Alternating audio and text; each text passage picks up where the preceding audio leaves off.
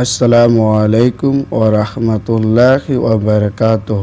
میں شروع کرتا ہوں اللہ کے نام سے، وہ بڑا ہی نہایت رحم کرنے والا ہے۔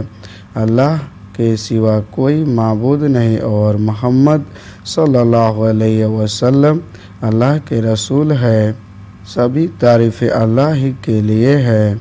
اعوذ باللہ من الشیطان الرجیم، بسم اللہ الرحمن الرحیم۔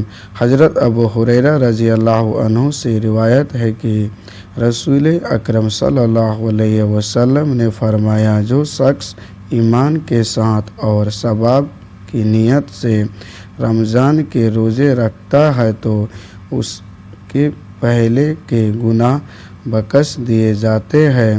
مشرک اور ریاکار شخص کی عبادت یا نیک اعمال کا اس کو کوئی